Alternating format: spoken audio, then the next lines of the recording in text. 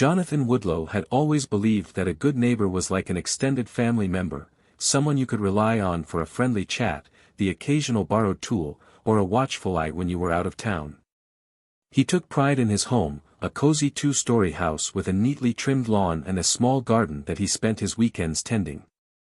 The neighborhood itself was peaceful, filled with families who respected one another's space. That is, except for Karen Rasmus. Karen had lived next door to Jonathan for years, but they had never been particularly close. She was the type of person who thrived on control, inserting herself into every neighborhood issue, whether it concerned her or not. She acted as if the entire block belonged to her, and if someone did something she didn't approve of, she made sure they knew about it. Loudly. For the longest time, Jonathan ignored her self-righteous attitude. He was content living his own life and letting people be who they were. But when Karen got a new dog, a large, unruly Labrador named Duke, his patience was put to the ultimate test. At first, he didn't mind Duke wandering onto his lawn. The dog was friendly enough, and Jonathan figured it was just a minor nuisance. But then it became a pattern. Every morning, without fail, he'd step outside to find fresh piles of dog poop scattered across his yard. At first, he tried subtle hints, sprinkling cayenne pepper on the grass, leaving a small sign that read, "Please clean up after your pet," but nothing changed. Finally, he decided to approach Karen directly. "Hey, Karen," he said one afternoon when he saw her retrieving her mail. "I don't want to be that neighbor, but Duke keeps using my lawn as his bathroom. Would you mind keeping him on a leash or training him to stay in your yard?" Karen scoffed, rolling her eyes. "Oh, come on, Jonathan. It's just a little dog poop. Grass is nature, and nature is messy." Jonathan bit back his frustration. "I get that, but it's happening every day. I'm the one who has to clean it up." She waved a dismissive hand. "Dogs should be able to roam. It's not like I can control where he goes." That was the moment Jonathan knew she had no intention of fixing the problem. After weeks of the same routine, stepping outside, cursing under his breath, and spending his mornings cleaning up after someone else's pet, he'd had enough. If Karen wouldn't respect boundaries, he'd create them himself. So, he did what any responsible homeowner would do. He contacted the city, filed the necessary paperwork, and within a week, he had full permission to build a wooden fence along the property line. Construction began on a sunny Saturday morning. As the workers drilled and hammered, Jonathan felt an overwhelming sense of relief. Soon, he wouldn't have to deal with Duke's mess, and Karen would have no choice but to respect his space. What he didn't anticipate was just how much Karen would despise his decision. The first time Karen saw the fence, she reacted as if Jonathan had personally insulted her entire existence. Standing in her driveway, arms crossed, she glared at the structure like it was an enemy that had invaded her territory. "This is ridiculous," she muttered under her breath, loud enough for her other neighbors to hear. "Who puts up a prison wall in a nice neighborhood like this?" But Jonathan wasn't listening. He was too busy helping the workers position the last few panels, ensuring everything was up to code. Karen stormed over.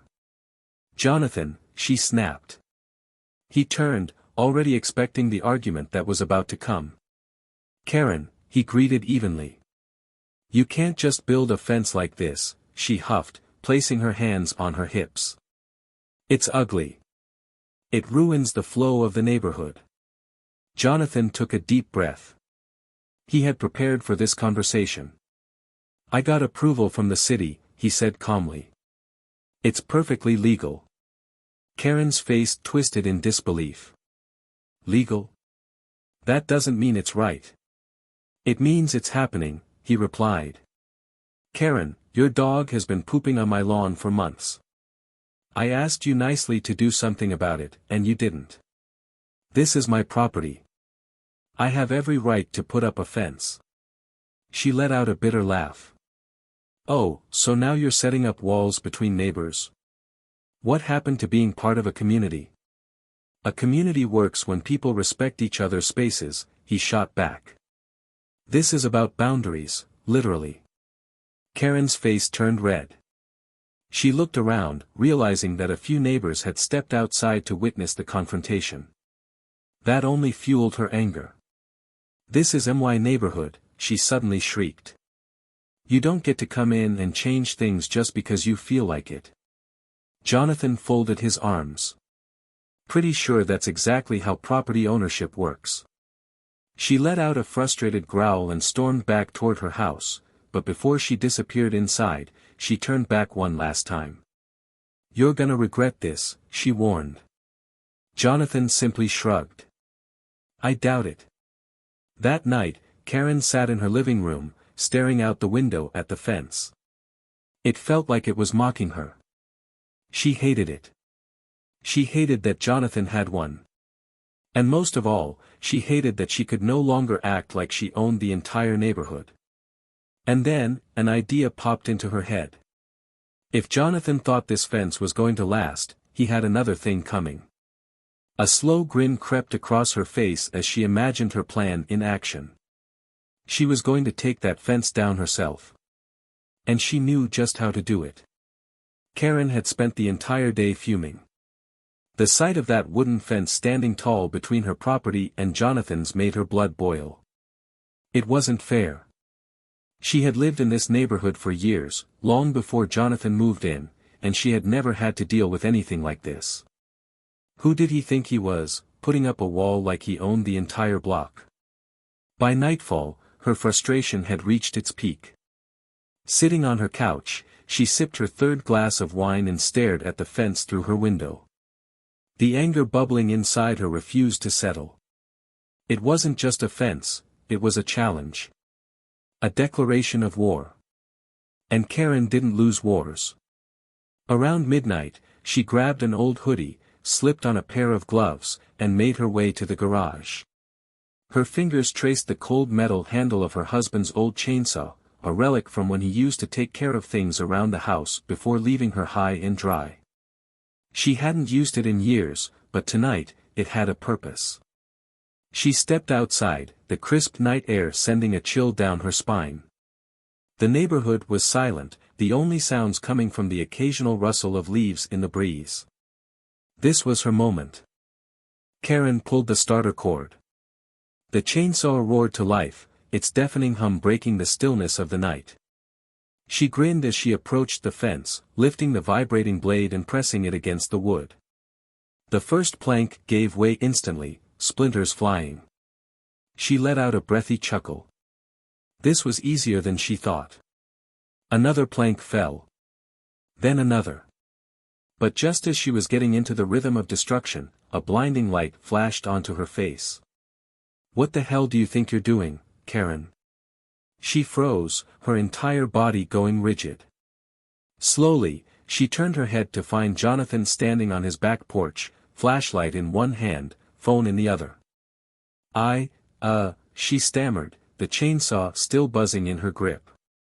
Jonathan sighed, already dialing. "Yeah, I'd like to report someone vandalizing my property," he said into his phone. "No, I have video proof." She's literally holding a chainsaw right now. Karen's face went pale. "Wait. No, Jonathan, this is a misunderstanding." She turned off the chainsaw and put on her best innocent act. "I was just trimming it. The fence is so uneven, and I thought I'd help." Jonathan stared at her, unamused. "With a chainsaw?" Karen laughed nervously. "It's not what it looks like." "Karen, you cut down half the fence," Jonathan said dryly, stepping closer to film the damage. "And you're standing there holding the weapon. What exactly do you think this looks like?" Karen opened her mouth to respond, but the distant wail of sirens cut her off. Her stomach dropped. She was actually going to get arrested. The flashing red and blue lights lit up the neighborhood like a fireworks display. By the time the police officers stepped out of their cruiser, a few curious neighbors had gathered on their porches, whispering among themselves as they watched the scene unfold. Karen immediately dropped the chainsaw and held up her hands as if that would make her look any less guilty. One officer, a tall man with a no-nonsense expression, walked up to Jonathan. "You the homeowner?" Jonathan nodded, crossing his arms. "Yep. She was caught red-handed cutting down my fence. I have video proof." The officer turned to Karen, who was already slipping into full-blown panic mode. "Ma'am, what's going on here?" Karen put on her best performance, throwing her hands into the air in exaggerated exasperation. "Oh, come on. This is all just a big misunderstanding." She gestured toward the broken fence. "Jonathan put up this atrocious thing without even consulting me. It's blocking my view, ruining the neighborhood. I was just trying to make it look better." The officer glanced at the destroyed planks and the chainsaw lying in the grass. His unimpressed gaze shifted back to Karen. "And you thought the best way to make it look better was to take a chainsaw to it?" Karen let out an awkward chuckle. "Okay, maybe that wasn't the best approach, but—" "Ma'am, step over here, please." The second officer, a woman with a firm tone, gestured toward the sidewalk. "We need to ask you a few questions." Karen's face contorted in disbelief. "Wait, you're not seriously taking his side, are you?" She gestured wildly toward Jonathan. "This fence is ruining my life." Jonathan shook his head. "Karen, you committed property destruction. This has nothing to do with sides." The male officer sighed. "Ma'am, I'm going to have to ask you to turn around." Karen's eyes widened. "Wait. No. You can't be serious." The cold metal of the handcuffs clicked around her wrists. "Ma'am, you're under arrest for destruction of property and trespassing," the officer stated. "You have the right to remain silent."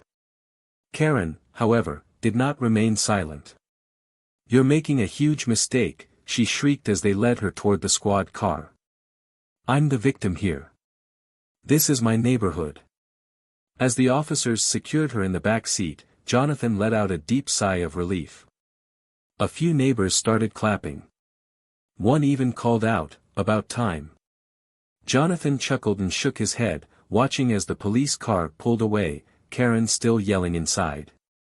He turned back toward his house, the broken fence standing as evidence of the bizarre battle that had just taken place. "Guess I'll have to rebuild," he muttered to himself.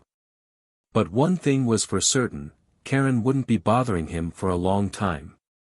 Karen's arrest sent shockwaves through the neighborhood. The next morning, the topic was all anyone could talk about. Word spread quickly about how she had gone full-blown lumberjack lunatic in the middle of the night, chainsawing Jonathan's fence like a villain from a horror movie. Neighbors who had previously kept their distance from Karen now exchanged stories about their own grievances with her. "She once threatened to call the HOA on me because my car was too red," one woman whispered to another. "She told my kids to stop playing outside because they were ruining the peace," another neighbor added. Jonathan, meanwhile, had spent the morning dealing with the mess she left behind. Half his fence was in pieces, with jagged wood scattered across his lawn. He was frustrated, sure, but he couldn't help but feel a small sense of satisfaction. Karen had finally faced the consequences of her actions. Around noon, Jonathan's doorbell rang. He opened it to find a police officer standing there, holding a clipboard. "Mr. Woodlow," the officer greeted, flipping through his notes. "We've officially charged Karen Rasmus with destruction of property, trespassing, and disturbing the peace. Since you have video evidence and multiple witness statements, the case is pretty solid." Jonathan nodded. "I appreciate that. What happens now?" "She posted bail early this morning," the officer said, tucking the clipboard under his arm. "But she's been ordered to appear in court next month. In the meantime, she's also been given a restraining order. She's not allowed to step onto your property or contact you in any way." Jonathan smirked. "That sounds like the best news I've heard all week." The officer chuckled. "Figured you'd say that. Oh, and one more thing, she's been fined for damages, so she'll be paying for the repairs to your fence." Jonathan almost laughed. Now that was karma. "Thanks, officer," he said, shaking the man's hand before watching him walk back to his cruiser. As he turned to head back inside, movement across the street caught his attention. Karen stood on her porch, arms crossed, glaring at him like she could set him on fire with her eyes. Jonathan gave her a cheerful wave. "Hope you have a great day, Karen," he called out, just to twist the knife. Her face turned red, and she stormed back inside. Over the next few weeks, Karen was noticeably quieter. She stopped gossiping with the neighbors, stopped acting like the self-appointed ruler of the block. The restraining order forced her to avoid Jonathan completely, which meant no more yelling over property lines, no more passive-aggressive comments about his yard, and, most importantly, no more letting her dog poop on his lawn. But despite her silence, Jonathan could tell she was stewing. Every time he caught a glimpse of her outside, she had that same bitter, seething expression on her face. She was miserable, and honestly, that suited Jonathan just fine. Then, one day, she snapped. A moving truck pulled onto her driveway. Jonathan watched from his porch as workers began loading boxes and furniture into the back of the truck. He blinked in surprise. Wait, was she actually moving? As if on cue, Karen marched outside, barking orders at the movers, her face twisted in frustration. It was clear she wasn't happy about this, but for once in her life, she wasn't in control. Jonathan casually strolled over to his fence, his newly rebuilt fence, paid for by Karen herself. "Hey, Karen," he called out, his voice dripping with amusement. "Going somewhere?" Karen whipped around, her nostrils flaring like a bull ready to charge. "Don't you dare act like you had anything to do with this." Jonathan smirked. "Didn't I, though?" She let out an exasperated groan. "This neighborhood has gone to hell ever since you moved in. You and your stupid fence. I can't live next to some rule-following, fence-building, HOA worshipping." Jonathan raised a brow. "You mean, someone who actually respects property lines?" Karen's face turned an alarming shade of purple. She opened her mouth, but no words came out, just an incoherent noise of rage. Jonathan laughed. "Hey, don't let me keep you. I'm sure your next neighborhood will love you just as much as we did." Karen let out an angry huff and stormed inside, slamming the door behind her. By the end of the day, the moving truck was gone. And just like that, so was Karen. Jonathan stood on his porch, taking a deep breath of sweet, Karen-free air. The sun was shining. The birds were singing. His lawn was poop-free. For the first time since moving in, he felt true peace.